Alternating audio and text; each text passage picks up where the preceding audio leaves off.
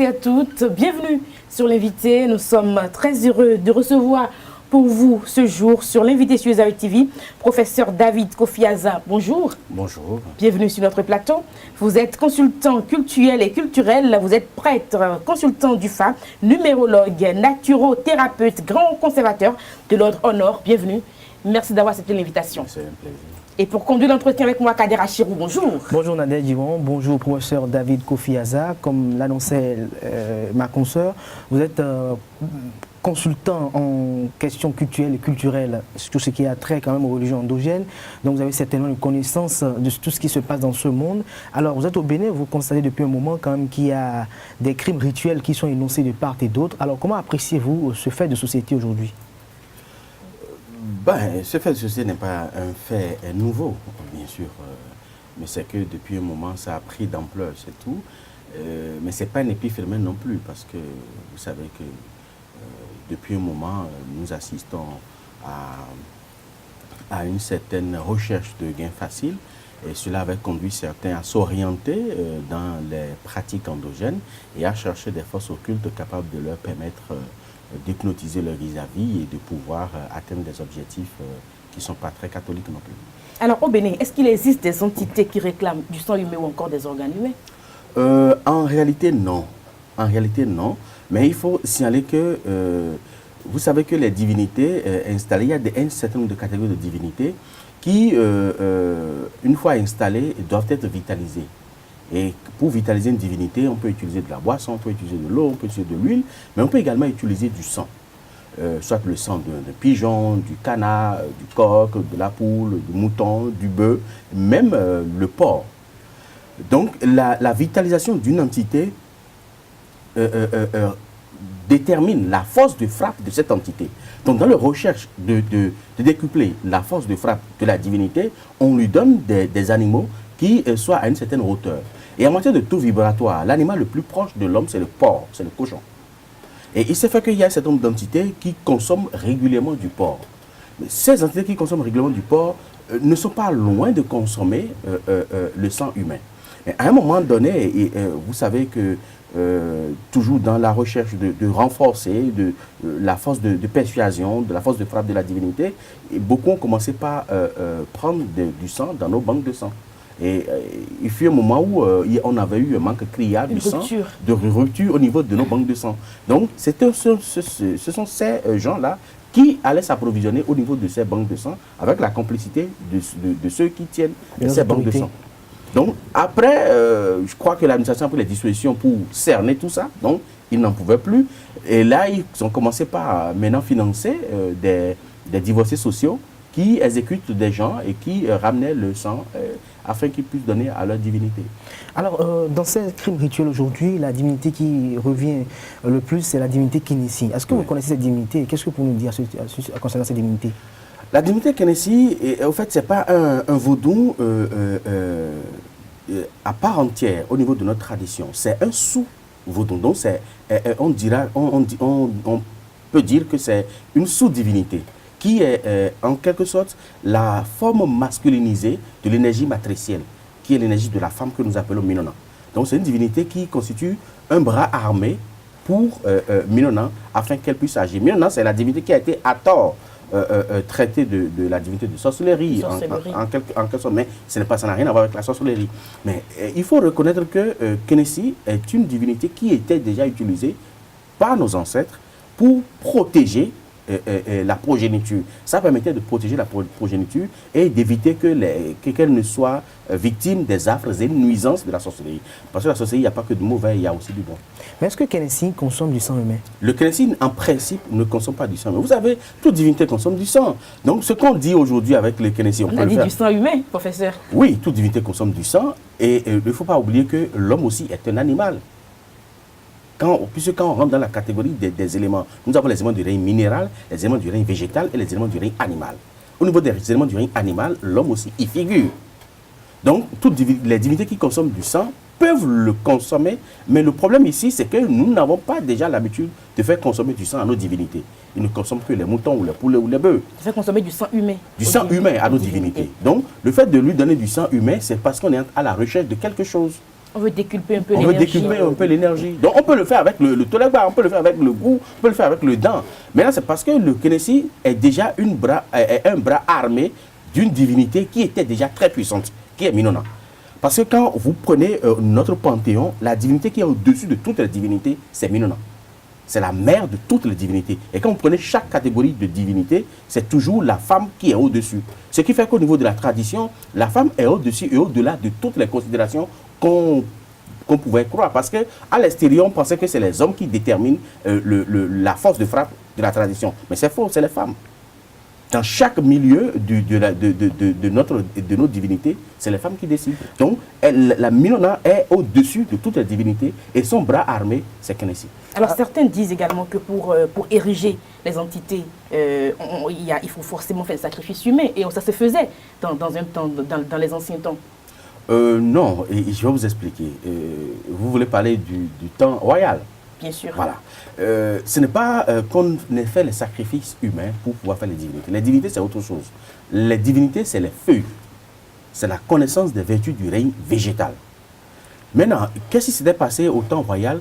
Vous savez, c'était l'époque des conquêtes. C'était l'époque des conquêtes et les rois avaient fait un certain nombre de pratiques qu'on avait associées au vaudou juste pour dissuader la population. Et quand on arrivait à conquérir une agglomération, ceux qui étaient condamnés à mort étaient exécutés. Et généralement, soit on les exécute, et là où on les exécute, on érige une divinité là, pour amener le reste de la population à la soumission au souverain. Mais ça n'a rien à voir avec le vaudou. D'une manière ou d'une autre, quand on fait des gens, on prend des gens au niveau de la guerre, on les exécute. Donc ça s'est passé sur toute la planète, ce n'est pas seulement au Bénin. Mais pour pouvoir marquer le lieu, le temps et l'espace, nos souverains exécutaient les gens à un endroit précis. On pouvait même les enterrer là. Et maintenant, on matérialise le lieu en installant une divinité pour protéger le corps, afin que les gens ne reviennent pas dépouiller le corps, c'est tout. Et aussi, il y a également, dans le but de protéger l'écosystème à l'époque, au temps royal, et il y avait des espaces qui étaient délimités, des forêts qui étaient délimitées, et je dirais, les adversaires de guerre qui étaient pris à l'époque étaient exécutés dans un certain nombre de forêts, et on érigeait une divinité pour empêcher les gens de venir dans cette forêt-là, détruire la forêt. Donc pour protéger l'écosystème, on érigeait des gens là. Donc ça n'a rien à voir avec les divinités, c'est une situation de guerre qui se passe partout. Donc, à votre avis, quand on érige les gens on amène les divinités pour protéger l'écosystème, alors que d'aucuns défendent la thèse selon laquelle les hommes sont érigés là pour essayer, tant soit peu, de donner une certaine force à la divinité, le cas des Tolègbes, par exemple. Je vais vous dire ceci, c'est la même chose qui s'est passée au niveau généralement des Tolègbes. Parce que chaque fois, quand le roi doit aller faire quelque chose, il consulte le phare. Pour dire, tout est dit. Donc, on lui donne les révélations.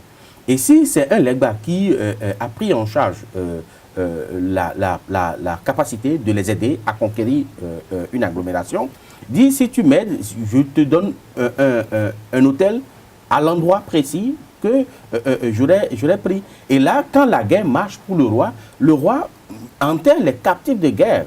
C'est normal que ça s'est passé. Il y en a toujours. Aujourd'hui, il faut voir tout ce qui se passe avec les guerres à travers le monde. Quand on parle des ennemis de la guerre, il faut les tuer, sinon ils vont revenir.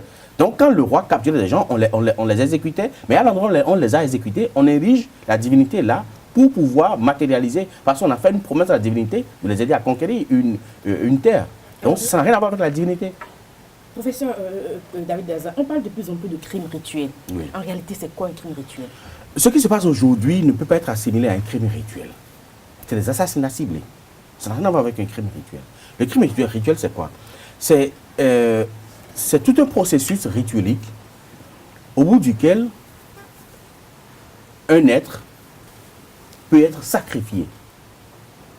Et au bout de ce processus rituel-là, c'est forcément soit pour le bien-être de la communauté, soit pour le bien-être de la nation.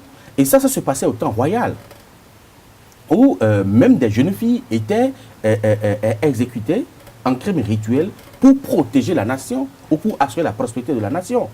Donc ça n'a rien à voir avec ce qui se passe aujourd'hui. On assassine des gens, on récupère des organes, on récupère le sang, qu'on donne à une divinité. Ça n'a rien à voir avec un crime rituel. C'est des assassinats et il faut combattre. Vous étiez à l'instant en train de parler de vaudou et le Fa. J'avais envie de vous demander, est-ce que vous pouvez nous faire une petite nuance entre le vaudou et le Fa? Avant de revenir à cette question, on va rester toujours dans le cadre des crimes rituels et parler du Kenessi. Oui. Le Kenessi, même vous pensez qu'aujourd'hui on arrête des gens qui lui offraient du sang, qu'est-ce qui va se passer pour le pays d'après vous? Ce qui va se passer pour le pays, c'est que nous allons déverser dans la nation des forces qui seront en perte de vitesse et qui vont commencer par s'évoluer. Et les forces, les divinités en évolution constituent des bombes en quelque sorte. Parce qu'elles sont capables de beaucoup de choses. Et vous savez que la divinité, en manque de sang, peut mourir, le vaudou peut mourir par inanition. Le vaudou meurt par inanition. Donc, dans la crainte, l'instinct de survie fait que cette divinité, de peur de mourir par inanition, commence par créer des isanies à travers le pays. Ils vont commencer par créer des accidents pour pouvoir récupérer le sang. Donc, il faut arrêter les gens, oui, mais il faut récupérer ces divinités et les retourner à leur source primordiale. Sinon, on risque quand même d'avoir un petit Sinon, on problème. risque, après avoir traqué ces assassins, nous serons confrontés à une situation de guerre des choses dans l'ombre. Guerre des choses dans l'ombre, je suis tenté de vous poser la question de savoir, mais d'aucuns disent quand même que ce n'est pas facile, dès que vous êtes déjà le fétiche, qui vous demande du sang humain, de pouvoir quand même le rendre peut-être à un usage familier. Oui, c'est facile de s'en débarrasser parce que la divinité qui a déjà consommé le sang humain ne va plus digérer le sang animal. Quand on va le lui donner, il ne pourra pas se sentir réellement divinité pour pouvoir faire ce qu'on lui demande de faire. Il va toujours vouloir consommer le sang humain. Donc il faut s'en débarrasser. Il faut s'en débarrasser définitivement. Est-ce qu'il y a des rituels qui permettent de s'en débarrasser sans risque? Parce que même si vous jetez la divinité, puisque ce qui est constitué, c'est juste un autel. Vous demandez à la divinité de se manifester là. La divinité n'est pas là. C'est juste un autel qui permet à la divinité de se manifester. Mais la divinité est ailleurs. Donc quand la divinité va venir et va plus retrouver son autel, mais il va s'attaquer à tout le monde. Mais ces assassinats rituels, ces assassinats ciblés, comme vous le dites, on a remarqué ça en Côte d'Ivoire, au Cameroun, on a l'impression finalement que c'est un effet de mode dans les pays africains. Qu'est-ce qui se passe en réalité? Ce qui se passe, c'est que le Bénin est coupable de ce qui se passe au Cameroun, de ce qui se passe au Congo, de ce qui se passe en Côte d'Ivoire, au Togo, au Ghana, même au Nigeria. Le Bénin est coupable. Pourquoi? Parce que, vous savez, de fil en aiguille, ça s'est répandu. Et beaucoup de ces cybercriminels qui sont dans ces pays-là, ont des homologues ici au Bénin, vous savez très bien, qui les informent de la situation par rapport à cette divinité. Et nous savons au niveau de quel département, au niveau de quelle commune ils sont approvisionnés. Donc ceux-là quittent leur pays avec le concours de nos frères cybercriminels qui sont ici, et ils vont s'approvisionner dans ce milieu-là, dans cette commune-là, pour repartir avec la divinité. Donc c'est la même chose qui se passe, mais c'est d'ici la source d'approvisionnement de la sous-région, c'est le Bénin. Donc karmiquement, ça draine pour le pays une dette karmique collective. Parce que ceux-là qui sont assassinés dans ces pays-là, la cause, c'est d'abord le Bénin. C'est parce que le Bénin n'a pas su protéger ses vestiges, n'a pas su protéger ses connaissances, que ces connaissances sont devenues nuisibles. Mais est-ce que vous ne voyez pas qu'en tant que vous, dignitaire de Fa ou de religion endogène, n'avez pas une part de responsabilité? Nous n'avons pas une part de responsabilité parce que nous avons toujours tiré sur la sonnette d'alarme. Aujourd'hui, nous n'avons aucun arsenal juridique pour agir. Nous sommes en démocratie. Un dignitaire ne peut pas rentrer dans la maison de notre dignitaire ou de notre pseudo-dignitaire comme on a l'habitude de le retrouver parce que du jour au lendemain, ils deviennent des rouleaux. Ces gens qui n'ont jamais fait un couvent, des gens qui n'ont aucune notion de ce qui se passe en réalité dans le milieu du vaudou au niveau des couvents. Donc, aucun dignitaire ne peut rentrer dans la maison de quelqu'un pour dire qu'il va voir ce qui se passe dans la maison. Alors qu'on sait d'où ça se passe. On sait où ça se passe. Mais vous n'êtes pas autorisé. Nous ne pouvons pas parce qu'il n'y a aucun arsenal juridique. Et même si vous sollicitez le concours des forces de l'ordre, ils vous diront, mais je vais me baser sur quelle réalité juridique pour pouvoir agir. Même le progrès ne peut rien, à moins qu'on constate les forfaits sur la personne humaine pour pouvoir agir. On va juste sanctionner les effets de la situation, mais la cause reste. Et il n'y a rien, le législateur n'a rien prévu jusqu'à aujourd'hui pour réglementer la situation, alors que au Nigeria, au Cameroun, même en RDC Congo, ils ont légiféré, même sur la sorcellerie, et ils ont légiféré. Mais pourquoi pas au Bénin? Comment ça se passe, légiférer sur la sorcellerie Mais bien sûr, juridiquement? même en Côte d'Ivoire, même au Ghana, ils ont légiféré jusqu'à légiférer sur la sorcellerie. Non seulement la tradition est déjà légiférée, mais même la sorcellerie ils ont légiféré sur la sorcellerie dans ces pays-là. Mais pourquoi pas? On ne va pas dire que RDC Congo est plus évolué que le Bénin en matière de sorcellerie. Mais non! La base, c'est encore au Bénin. Quand on parle de la sorcellerie, c'est encore au Bénin. Le Bénin est la source de la sorcellerie à travers le monde entier. Jusqu'à présent, on n'a pas perdu... Non. Bien sûr que c'est devenu un peu plus discret qu'avant. À cause des persécutions, à cause des mauvaises interprétations. Mais c'est toujours là et toujours percutant.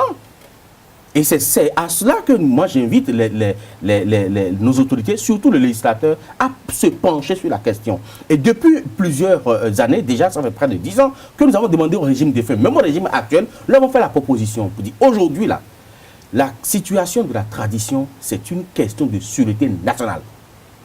Parce qu'il n'y a pas que l'histoire de Kenessi que nous observons aujourd'hui. Il y en a beaucoup au niveau de nos couvents, de ces Kenessi-là, qu'on utilise pour nuire au cadre de nos administrations, pour assassiner les cadres de nos administrations. Mais c'est que ça se passe sans preuve. Des gens décèdent du jour au lendemain, ils décèdent, bon, ça passe. Mais nous savons que celui-là qui a décédé là, il a été tué par telle divinité. Mais on ne peut rien. Parce qu'il n'y a pas de preuve, on ne peut pas prouver. Alors que si on avait légiféré, on pouvait démontrer que voilà le processus qui est engagé pour l'assassinat de telle personne. Moi, je considère ça comme des assassinats. Maintenant, aujourd'hui, nous l'avons dit, parce que quand vous prenez le monde cultuel, il y a le ministère de l'Intérieur, où il y a la direction des cultes et coutumes. Il y a le ministère de la Culture qui gouverne le volet culturel de notre tradition. Il y a le ministère des Relations avec les institutions qui a des relations avec les dignitaires. Au bout du rouleau, on est où? J'ai été consulté par les autorités maliennes où ils ont voulu créer un ministère des Affaires endogènes. Quand on a fini les travaux, j'ai déposé mes conclusions. Mais j'ai coulé les larmes. Et ils ont aujourd'hui un ministre des Affaires endogènes. On ne va pas dire que Mali est plus puissant que le Bénin en matière de pratiques traditionnelles. Non. Ils sont près de 60% musulmans. Il n'y a qu'au nord Mali, au niveau des Dogons, qu'on retrouve encore la tradition. Mais pourtant, ils ont un ministère. Mais on n'en a pas ici au Bénin. Et j'ai fait la proposition depuis 10 ans pour dire qu'il faut créer un secrétariat d'État aux affaires endogènes. Cela permettra d'abord d'avoir un répertoire de nos couvents qui existaient avant 1960 et des couvents qui existent avant de 1960 à la démocratie et des couvents qui ont été créés de 90 à ce jour. Ça permettra de savoir qui sont les vaudounos qui sont là et quelles sont les activités, les organiser, quelles sont les activités qui s'y mènent. Et maintenant, réglementer les autorisations, l'accès au sacre du vaudou. N'importe qui ne peut pas se lever et recevoir le sacre du vaudou pour dire qu'il est vaudou ou qu'il est ou non. Il faut réglementer, poser des barrières et obliger les gens à subir des formations de développement personnel, des formations sur la valeur morale, des formations sur les lois de la République. Parce que les gens violent allègrement les lois de la République, mais pourtant il n'y a rien. Mais parce qu'ils ne les connaissent pas aussi. Parce qu'ils ne les connaissent pas aussi. Donc d'où la nécessité qu'ils connaissent les lois qui réglementent la République, avant de se dire qu'ils peuvent être ou non. Et des gens qui n'ont aucune moralité, qui n'ont aucun sens de développement humain, et qui vont drainer du monde derrière eux, parce qu'ils sont ou non, et ils ont des ronvis derrière eux. Ils vont assurer quel avenir à ces ronvis qu'ils ont derrière eux en matière morale. Ça peut être des bombes à retardement. Ça peut être des bombes à retardement. Donc c'est de ça qu'il s'agit. C'est pour ça qu'on avait fait la proposition. Et en même temps aussi réglementer les festivités au niveau du vaudou qui se passent au niveau de notre tradition, au niveau du Bénin. Surtout en l'occurrence le 10 janvier, qui est devenu juste une fête protocolaire où on lit juste les discours, on fait défiler des vaudous aussi, et après, c'est fini. Mais quelle retombée pour notre nation, il n'y en a pas. Donc il faut revoir toute cette stratégie-là. Mais pour ça, les néophytes qui sont au niveau de nos ministères ne peuvent pas régler ça. C'est ça le gros problème. Parce que quand vous allez au niveau du ministère de l'Intérieur, ceux qui s'occupent des cultes et coutumes, ceux qui s'occupent des affaires endogènes, ceux qui s'occupent des affaires du vaudou, même du fa, sont des néophytes. Vous voulez que le néophyte vienne faire quoi dans le sacré? C'est ça la réalité. Alors, vous avez suivi, allez-y. Oui, mais est-ce que cela n'est pas aussi dû du fait qu'entre prêtres de fa, entre consultants des questions culturelles, vous n'êtes pas unis? Comment voulez-vous que nous soyons unis? Je suppose que vous êtes journaliste, vous avez fait une école de journalisme. Il y a des guerres de rivalité. Non, je vais vous expliquer la source des guerres de rivalité. Même moi-même là, Je cautionne cette guerre de rivalité. Parce que moi, j'ai fait le couvent. J'ai fait 3 ans au couvent. J'ai reçu le sacre du roi d'Akodonou. J'ai été couronné. Je m'assois et à côté de moi, un déscolarisé qui a perdu, qui a échoué dans tous les domaines, qui va peut-être prendre 50 000 ou 100 000 pour aller acheter une divinité, qui ramène chez lui, met des perles au cou, met un chapeau sur la tête et s'assoit à côté de moi. Et ensemble, nous allons parler du vaudou. On va parler de quel vaudou? Vous voulez qu'on soit unique comment? C'est ça le problème. Quelqu'un qui ne connaît même pas le béaba du vaudou, vous dit qu'il est ou non. C'est comme la dernière fois, on avait assisté, un maire nous avait appelé pour faire le tofa pour sa commune. Quelqu'un est venu, il dit qu'il est Bokono. Il est venu s'asseoir. Ok, la consultation est faite. On dit, ok, tu es Bokono? Oui. Bon, ok, interprète-nous le fa. Il ne pouvait même pas dire un seul mot. Monsieur là est venu s'asseoir à côté de nous et se dit Bokono. Vous voulez que je m'entende avec lui?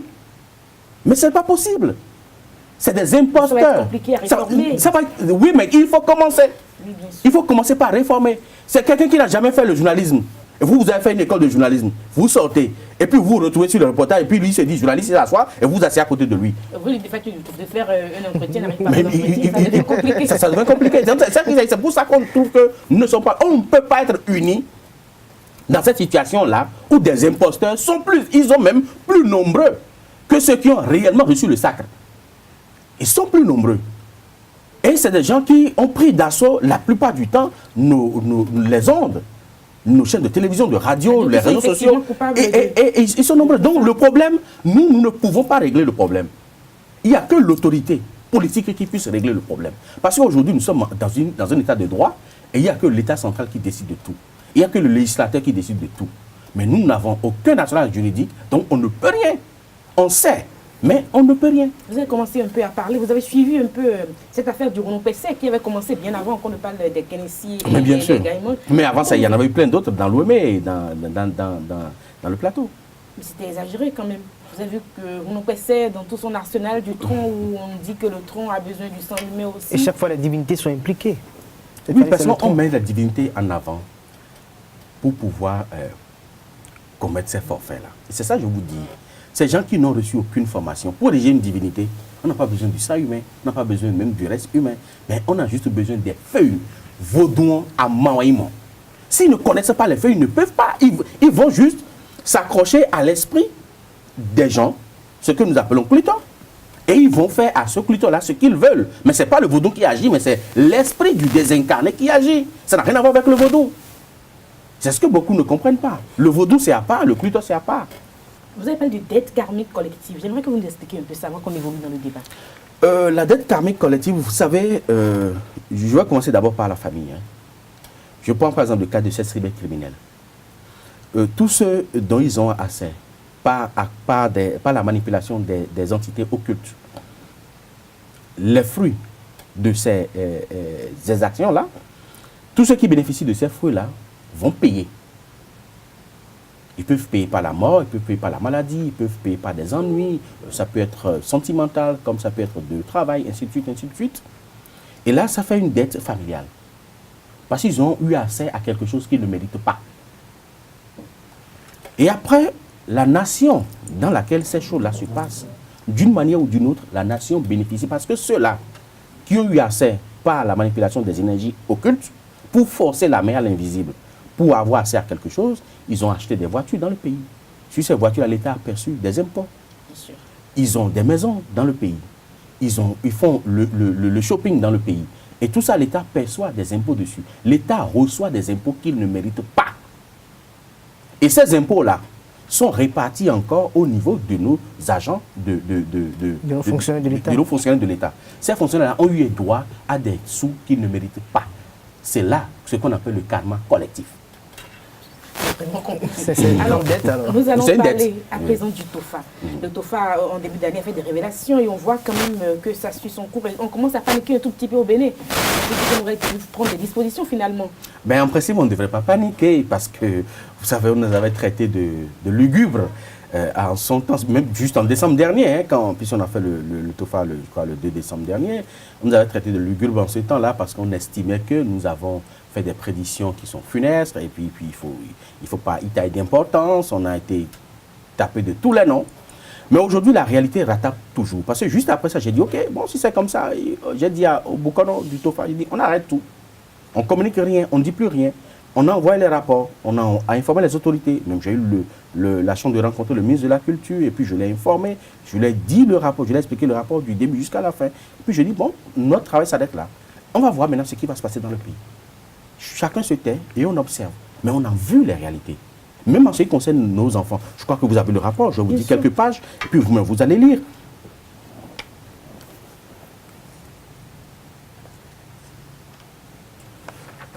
On dit, par exemple, à la page 9, deuxième paragraphe, on dit le goût pernicieux qui est là tranchera la tête, puis les pleurs s'en suivront. Et le commentaire disait que la divinité goût sera en intense activité cette année, ce qui entraînera des accidents de circulation, des accidents de travail et autres tels que ceux liés aux âmes à feu et aux âmes blanches. Et je crois que nous sommes en train d'assister à ça aujourd'hui. Et puis, page 11, deuxième paragraphe dit « Des enfants seront sacrifiés pour manque de soins, d'affection ou d'attention de la part de leurs géniteurs, surtout de leur mère. Il est donc souhaité plus de sollicitude et de vigilance des mères envers les enfants. » C'était très clair que les enfants seront sacrifiés. C'est à la page 11 de ce que nous avons déjà fait. Et même dans les recommandations, nous avons mis ça dans les recommandations. On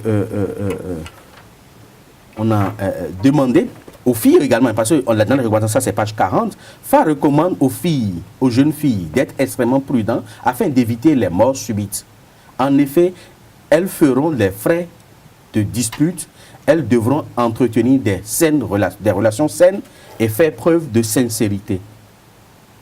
Et puis, toujours en matière de recommandations, le FA avait dit en son temps, je crois en décembre dernier, comme on l'avait souligné, page 41, renforcer les services de renseignement. Chacun de nous doit prendre soin de ses biens et l'État doit renforcer les mesures sécuritaires car les vols, les braquages, les disparitions et morts d'enfants vont prendre de l'ampleur. Ça, c'est la page 41.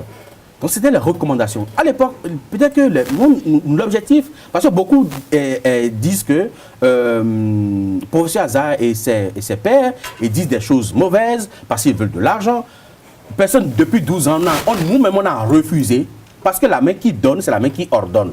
On a refusé que l'État directement s'implique dans ça pour éviter que le TOFA soit manipulé. Et à l'époque, on me disait que notre FA ne voit que du mauvais. Et moi, je l'ai expliqué. Le FA n'a rien à foutre s'il sait que tu vas recevoir des milliards, ou tu seras bien, ou tu seras en bonne santé. Le FA s'en fout. Ce n'est pas ce qui intéresse le FA. Ce qui intéresse le FA, c'est que si un événement malheureux devrait surgir, son rôle, c'est d'identifier tout ce qui est mauvais. Et de dire, attention, ici, il y a un trou, il faut fermer. Là, il y a un trou, il faut fermer. Quand on avait dit ça, même en suivant juste les recommandations, on pouvait éviter une bonne partie de ce qui se passe aujourd'hui, en prenant soin des enfants. Donc, nous, ce qu'on demandait à l'époque, ce n'est pas seulement de faire les sacrifices. Parce que faire les sacrifices ne veut pas régler le problème.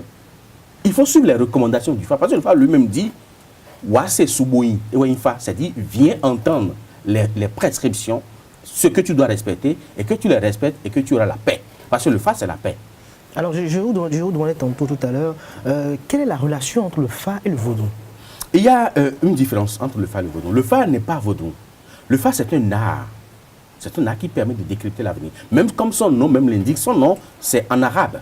Parce que les premiers à utiliser le FA, c'était les Sémites, et dont les descendants sont devenus des Araméens, qui constituent la race du grand maître Jésus, parce que Jésus est araméen. Et après, les Araméens, leurs descendants sont devenus des Arabes. Donc, le nom même originel, c'est Fakhloun. Fakhloun qui veut dire l'avenir, le sort, c'est-à-dire demain comment sera.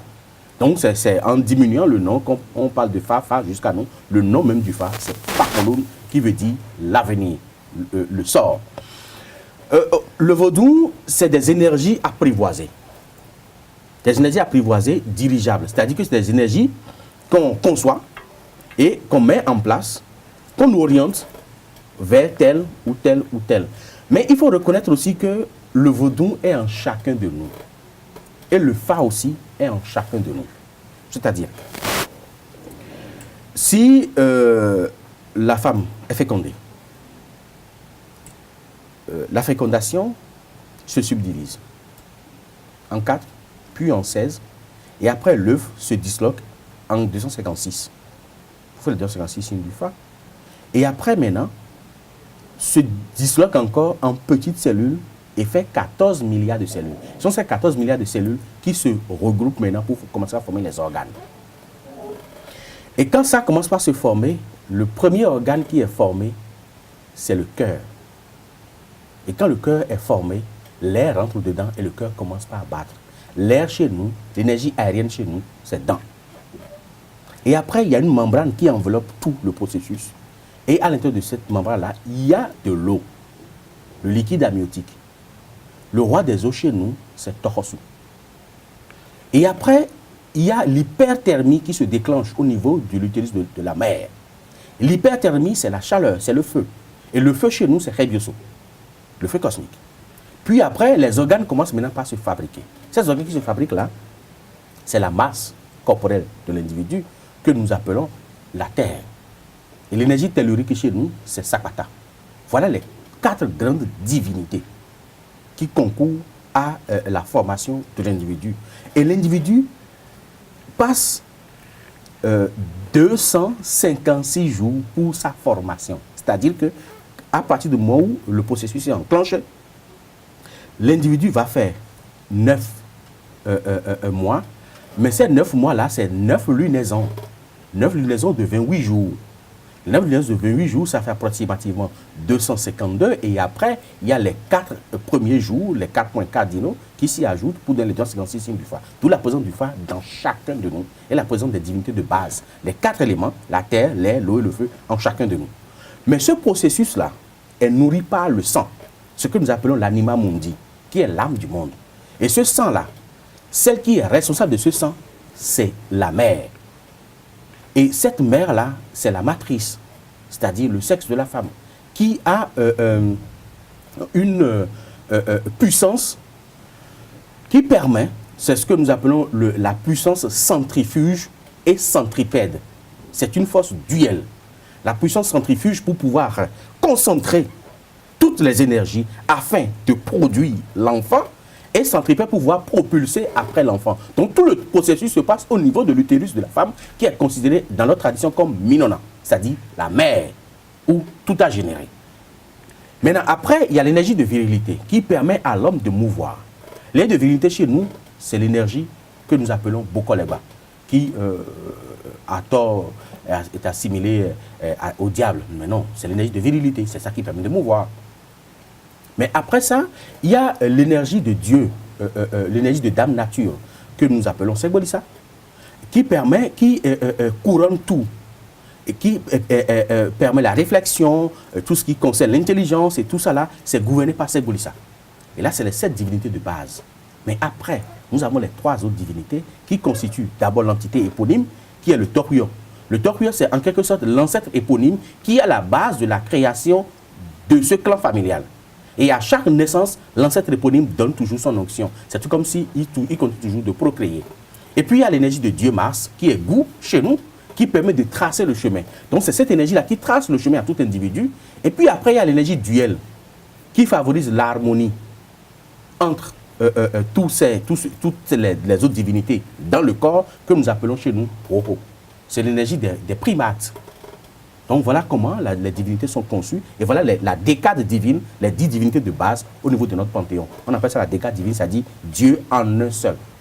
On apprend beaucoup de choses de vous, professeur David Kofi-Aza. Kader, vous avez une question? Non, c'est tout. Vous avez quelque chose à dire pour conclure l'entretien? Mais je vais vous remercier pour l'opportunité que vous m'offrez pour expliquer en réalité ce que c'est que notre tradition et ce que nous ne sommes pas, parce que malheureusement les événements qui se passent aujourd'hui éclaboussent tout le monde, et aujourd'hui on nous regarde comme des assassins, on nous regarde tout le monde comme des hors-la-loi au fait. Donc c'est des choses que nous devons dénoncer, mais également il faut combattre avec le concours de nos forces de l'ordre, avec le concours de l'appareil judiciaire. Il faut combattre ces phénomènes-là pour assainir notre tradition, pour assainir notre milieu culturel et cultuel, et pour donner plus de visibilité à nos réalités endogènes. Alors, vous êtes également grand conservateur de l'ordre honor. Je me disais, c'est quoi ça, l'ordre honor? L'ordre honor, en fait, c'est un ordre rénové, l'ordre rénové des Mille-Honneurs. Vous savez qu'avant que les Blancs n'arrivent, les femmes s'organisaient pour assister leurs semblables pour l'accouchement. En fait, c'est un ordre des sages femmes accoucheuses d'hier qui détiennent des connaissances supranaturelles qui leur permettaient d'enfanter facilement, mais également de concevoir facilement. Mais en dehors de ça, elles avaient une force en contrôlant la naissance, donc en contrôlant la vie, elles contrôlent aussi la mort. Donc elles avaient engrangé beaucoup de puissance sur le plan de nos énergies, que ce soit apprivoisées, les plantes et tout ça, qu'elles avaient capitalisé. Mais quand le blanc est venu, elle a systématiquement diabolisé tout ça là, et elles étaient même combattues à l'époque, et elles se sont retranchées. Donc elles ont commencé par transmettre ces savoirs-là à des chasseurs à l'époque. C'est pour ça qu'après les Mille-Honneurs, c'était les chasseurs qui étaient devenus les gens les plus puissants. Parce que les Mille-Honneurs se sont retrouvés dans des coins isolés, dans des brousses, et elles rencontraient les chasseurs et leur transmettaient leurs connaissances. Mais quand les chasseurs viennent, elles disent qu'ils ont rencontré des animaux dans la forêt qui leur ont transmis la puissance. Mais ce n'est pas vrai, c'était les Mille-Honneurs qui étaient dans ces brousses-là, cachés, parce qu'elles fuyaient la persécution, qui transmettaient ces connaissances pour que la connaissance ne disparaisse pas. Mais après, les chasseurs ont commencé par disparaître aussi progressivement avec l'urbanisation. Donc ces connaissances-là ont été récupérées par des groupes qui avaient des visions différentes de chaque connaissance. Donc, nous avons décidé de fédérer ces groupes-là et de les ordonner, de les organiser, afin de fédérer toutes ces puissances pour transmettre ça à de dignes successeurs pour que la connaissance ne disparaisse pas.